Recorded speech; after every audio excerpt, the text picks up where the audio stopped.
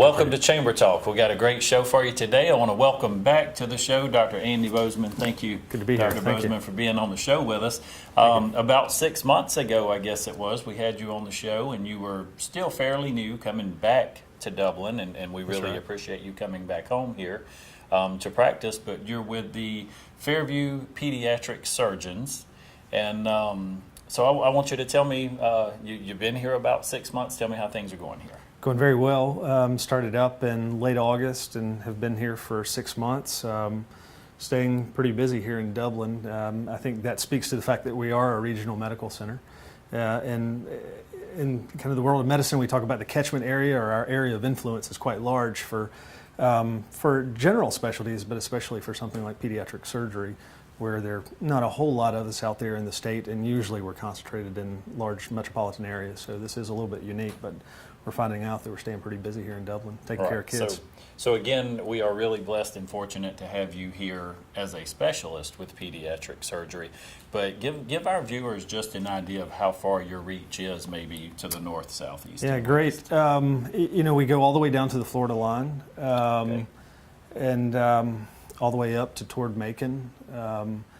There are pediatric surgeons in Macon, Savannah, and Augusta, but there's a large part of the state, especially in the south central part of the state, that's really uncovered. And so that's kind of where we've centered our kind of some of our marketing and going out and just letting people know that we do have pediatric surgery coverage here in Dublin. So okay, and I guess big part of the state. Dummy it down for us just a little bit, but there's just not a whole lot of you guys around. They're not, and in North America, there's about 750 ped surgeons. In North America. In North America, wow. So including Canada and Mexico and the U.S., and a lot of us are concentrated in urban centers. That's where your larger children's hospitals are, but that leaves a large part of the U.S. that's uncovered. Dr. Bozeman, what would you attribute that to? Is that just a really difficult field to study, or what? No, I think that if you have a tertiary or quaternary referral center, you have concentrated cases that are very rare, and by nature of pediatric surgery, we do what is rare, and so you go to a center that you see a lot of that. Not that you can't see it in rural or small town America, because we do see some rare things here. Okay. But I think just as kind of that's what you see, in ped surgery is these guys going to the larger areas. So let's clarify that just a little bit. I know you guys you're in a beautiful facility here in the office, friendly, welcoming staff when you come in, and all these children's paintings on the wall. And I was even joking when I came in today, but I said, hey, this is not where the sick kids are, is it? You guys don't actually see sick, cold, flu, that type of Not that. patient That would be more of what your pediatricians see. We see sick kids that usually require surgery. Mm-hmm. We do take care of some trauma. So not everything we see requires surgery, but in general, your colds, your vaccinations, your well child checks, those things are handled by your kid's pediatrician. But if your child were to have, say, appendicitis or an abscess, or maybe they swallowed something, that's stuck in their esophagus, that's kind of what I do. Okay. And you do those surgeries in this office here in Dublin? This is kind of our outpatient clinic setting, but then over at Fairview is where I do my operating over there. Mostly on Wednesdays, but being on call, you never know what's going to come through. So other days we take care of things over there as well. So are you guys walk-in or seen mostly by referrals? How does a lot of them come in by referrals. We do have some patients that self-refer, and we're welcoming of all types. Okay. Dr. Bozeman, we're going to take a quick commercial break. When we come back, I got a ton of questions I want to ask you about safety and prevention. Good deal. We'll be right back.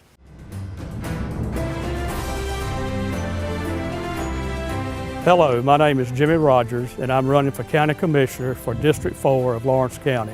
As County Commissioner, I promise to you, the people of District 4 in Lawrence County, that I will work very hard to serve each and every one of you. My name is Kenneth Hodges. Many of you may know me. I was born and raised in Buckeye. I'm here today just to show my support for Mr. Rogers, for County Commissioner from the 4th District. Jimmy Rogers is a man of the people. That is, if you need him as a commissioner, all you got to do is pick up the phone. He's there willing and ready to serve the people, not only of District 4, but the people of Lawrence County. But he seems to be the kind of person that will get in and work with the other commissioners and see that the county business is taken care of in a timely and efficient manner. I just ask for your prayers, your support, and your vote, and may God bless you. Thank you.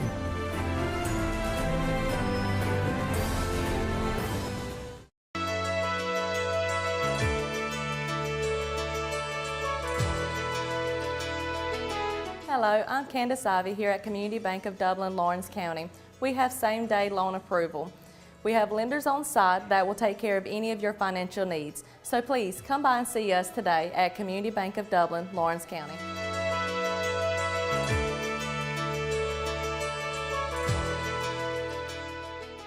Hey, welcome back to the show. Great interview today with Dr. Andy Bozeman here, pediatric surgery in Dublin and Lawrence County, and just realizing what a specialty that is and what a privilege it is for us to have this opportunity here. Dr. Bozeman, right before we went to break, I said when we come back we would talk about some prevention and some different types of injuries maybe. So what is maybe the top three reasons that you see patients for in the pediatric center here? You know, probably top of the list is appendicitis. Mm-hmm. That is common in kids. So we see a lot of appendicitis. Soft tissue abscesses, so swelling, infection of the soft tissues. That's more common in babies, so we see that a good bit. Esophageal foreign body, so something the kid has swallowed, and we can talk about that a little bit in just a second, but that's very common. I didn't realize it was quite as common as it is. Kids like to put a lot of different things in their mouth, and you know how it is if you've ever been around a toddler, they're constantly, you know, grabbing at things. I have 3 at home. Well, there you go. So you've got well, they're not toddlers now, but yeah. But you've had that experience at some point. And then inguinal hernias, so a groin hernia. Okay. So we see a lot of that. But the practice of pediatric surgery is such that it has a very broad scope of practice, and you may see something, you know, once or twice a year. You know, the common things are common, like appendicitis and soft tissue abscesses and things like that. But we do see things that are very rare. Are there times when you see a patient maybe when in surgery is not necessary, or you pretty much do surgery? No, I mean, we're coming up on kind of this, before long, we're going to have spring break and summer break, and kids will be more active outside. ATVs are very popular in our part of the world, outdoor activities. So we do have a good bit of experience with trauma, and most of trauma does not require surgery, but it does require observation, and you know, there'll be abrasions and cuts to the skin and things like that. So we take care of those things as well. Okay, and leading in maybe a little bit to some prevention, before we get into too much even of other things. I know you have some items that you have here, some props today, and let's make sure we share this with folks. Yeah, I want to. This is my public service announcements. A couple things in kids. They do have a predilection for picking things up and swallowing them. Most common thing would probably be a coin. It's a penny usually. And what happens when the child swallows a penny, it can get lodged in the esophagus or the swallowing tube, and it gets stuck. And so the child can't swallow their own saliva. They have choking, things like that. Ultimately, those kids do okay. We go in with an outpatient procedure while the child's asleep, and we extract or take that out, usually with a flexible camera. Mm-hmm. The thing that is more worrisome is this guy right here, and I don't know how well we can see it, but this is a disc battery or a button battery. It's the same thing that you might find in my watch. Mm-hmm. It's in kids' electronics. These have the ability to burn the esophagus. And so if a child swallows this and it gets lodged in the esophagus, whereas a coin just obstructs the esophagus, this disc battery actually has what we call a hydrolysis reaction. So the electrical charge damages the inside lining of the esophagus. Okay. So it's a big deal. So I always tell the parents, regard this as poison. So growing up, you know, mom had a drawer in the kitchen that had a lot of knickknacks and change and things like that, and it's pretty common to find a disc battery. And you just mentioned my house. Yeah, so it's we see it all the time, and it's a common story. So for the parents, regard the disc batteries as poison and keep them away from kids. Okay.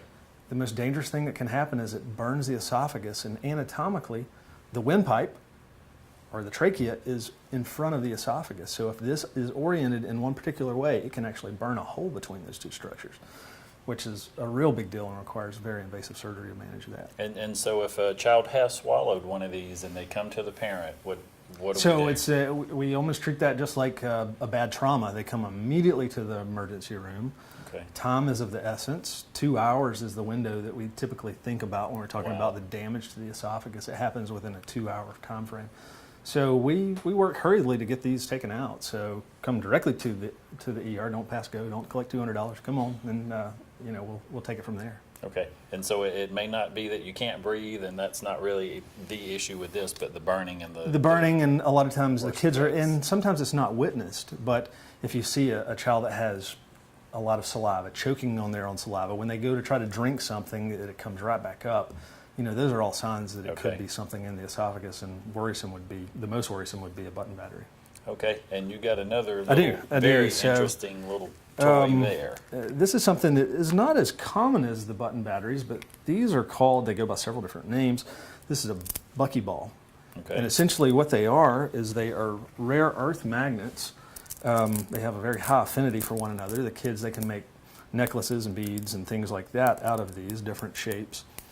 But a toddler can take and they will separate a few, and they'll swallow a few, and maybe go and play with the fire engine or the book or something like that. And a few minutes later they come back and say, well, that was pretty tasty. Let me get a few more of those. And so they swallow another set of these magnets. And so what happens in the course of time, you have, say, 5 minutes ago, now this is in the small intestine, and now what they just swallowed is down at the base of the stomach. And so because they're magnetic, they link together across the intestine. And then they can't go anywhere because they're locked in place, and it can actually eat a hole through the intestinal loops or the two pieces of intestine. Wow. So, I think these have been outlawed in the U.S., but they're still Yes, sir. around in little toy and novelty shops. And so this is something that I've had to take these out of the abdomen before, and so that's a bad problem to have. So in general, don't let your small children play with buckyballs or rare earth magnets. Okay. You know, And just a are couple there things. any other precautions maybe that we can share with folks? You mentioned summertime's coming up and outdoor activities and some other things, but what are some of the maybe common injuries and things that you see? Right. So we see cuts and scrapes. Those are very common. With four-wheeler accidents, one of the biggest things we see is a closed head injury. Kids that don't wear helmets or that are operating an ATV when they shouldn't be and they're not old enough. You see a lot of that. And you see a lot of that. And, over my experience, the broken bones, the cuts, the scrapes, all of that, the fractured liver, the spleen injuries, all that heals in due time. It's the head injuries that's the hardest part to heal. That kind of gives us our unique identity. It makes you who you are, makes me who I am. And so one piece of advice, I guess, would be to always make sure whether your kid's on a bicycle or they're riding an ATV that they've got the noggin protected, because that's the hardest thing in the world to repair. Okay. And you guys are seeing from birth up to... We do all the way to 18. If your child's still seen by their pediatrician, then we'll see them beyond 18. The Okay. kids, yeah. And anything else that you want to share with us as far as injuries, as far as toy-related, activity-related?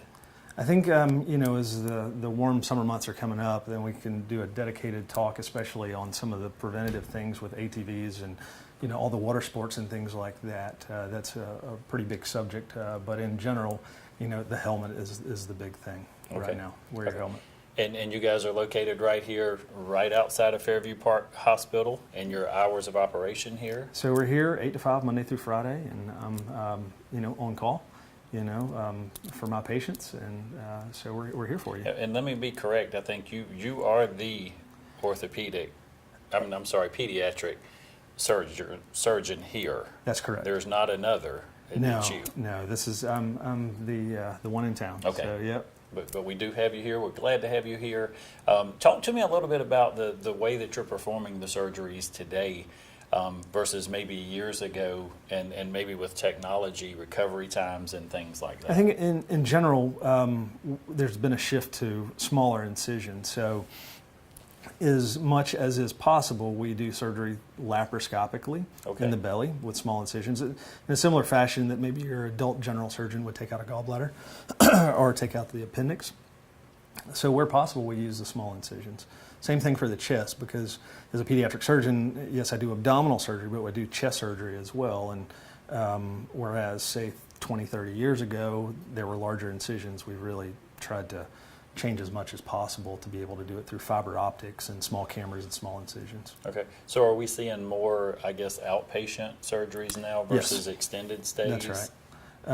The bulk of what I do is on an outpatient basis, but occasionally, kids that come in with appendicitis, they usually stay a night. Perforated, where it's been ruptured, they'll stay for several nights. And give me a good example so that someone would know. I'm sure abdominal pain. Right. What are any other indicators for an appendicitis? Usually it's accompanied by fever, can be accompanied by nausea and vomiting. The classic story is appendicitis starts right around your belly button, the pain does, and then it shifts or migrates down to the right lower quadrant, because that's where the appendix, it lives in the right lower quadrant of the abdomen. So that's the classic story, that you have fever associated with abdominal pain. And usually the pain is more or less constant. It's not an intermittent pain. But that's kind of the textbook presentation. Is there we wouldn't say, well, this wouldn't happen until you get on up 7, 8, 9, 10? How early? No, I mean, like we that see happen? appendicitis even in 1 and 2 year olds. Oh, wow. It's interesting that the younger kids, especially less than kindergarten age, when they usually come to medical attention, it's the appendix has ruptured, and I think that's just a product of their developing communication skills. Okay. Any types of injuries out there that folks may not be aware of that may need medical help that are a little, maybe they're not as quite as obvious to spot or to recognize? Anything that you could think of? No, it's, I've learned in the world of ped surgery, you just never know what's going to walk through the door. Hunting accidents, archery accidents, most of those don't require an operation, but they do require perhaps antibiotics, require observation and local wound care and things like that. So okay, it's very varied and diverse. Okay, Dr. Andy Bozeman, pediatric surgeon here, Fairview Park. We'll be right back after this commercial break. Hi, I'm Helen Powell. I'm the owner and operator of Careers in Cosmetology. Since I've been enrolled in Careers in Cosmetology, I've learned a lot, and I look forward to a bright future in cosmetology thanks to Helen Powell. Hello, my name is Shelley Steff. I have been a stay-home mom for 18 years. Coming to school here has been a wonderful blessing. I feel very privileged to come to school. I feel very privileged to know Miss Helen. Anyone that has not been to school, I encourage them to come on. Coming into school has been made a great difference in my life, in my family's life. I really enjoy it. If you want an exciting, profitable career, come see us.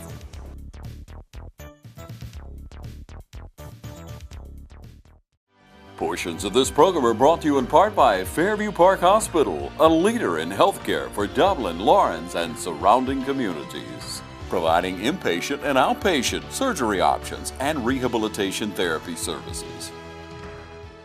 Welcome back to the show again, Dr. Bozeman. Thank you for joining me today.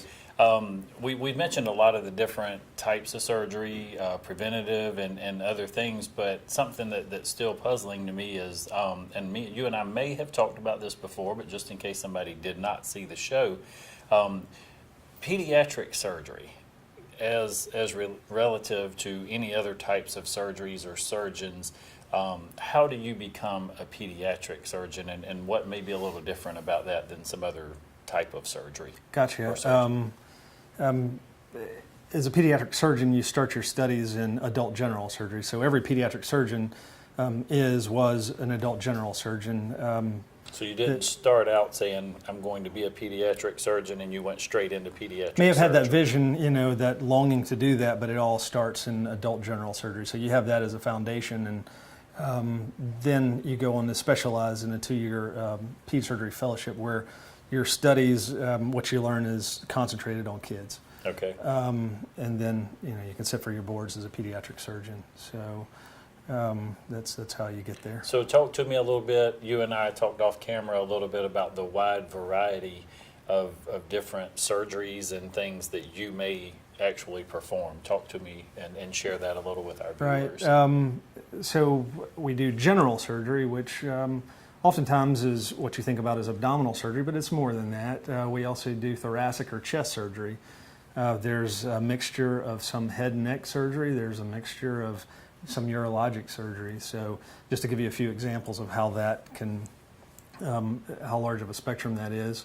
So we may take out a neck cyst or a chest wall deformity. You may have seen a child that has an inward concave of the chest. That's something that pediatric surgeons take care of. Occasionally, if there's a lung lesion, we'll take out a piece of lung for a biopsy. We do the general surgery things like take out gallbladders and fix hernias. The urologic part of what I do may be a circumcision. It may be in little boys where the testicles have not dropped down like they should, or even a twisted testicle, which you can see all the way up into adulthood. So it is a very broad scope of practice. Sometimes it's easier to say, well, we don't operate on bones, brain, or the heart. But outside of that, it's probably fair game in what I was trained to do. So. But again, I think the uniqueness and the privilege even of having you here, and I hope it's okay for me to say this with you, but you're doing these surgeries on pediatric level, right. and so where a general surgeon in a hospital probably wouldn't. Is that fair? I think it depends on where you are. There's certainly some crossover there where adult general surgeons will take care of kids. When you have a ped surgeon around, those kids tend to gravitate towards the pediatric surgeon just because those resources are available. Okay. So tell me one final little bit here. Say we have someone that's interested in getting into assisting with pediatric surgery, or maybe their dream, they're in high school or something now here in Lawrence County. Give them a couple of tips or guides as to the direction that they may want to take, the path they may want to take. Well, it always starts with that first step, so you have to have that goal ahead of you. I think it's a very rewarding field.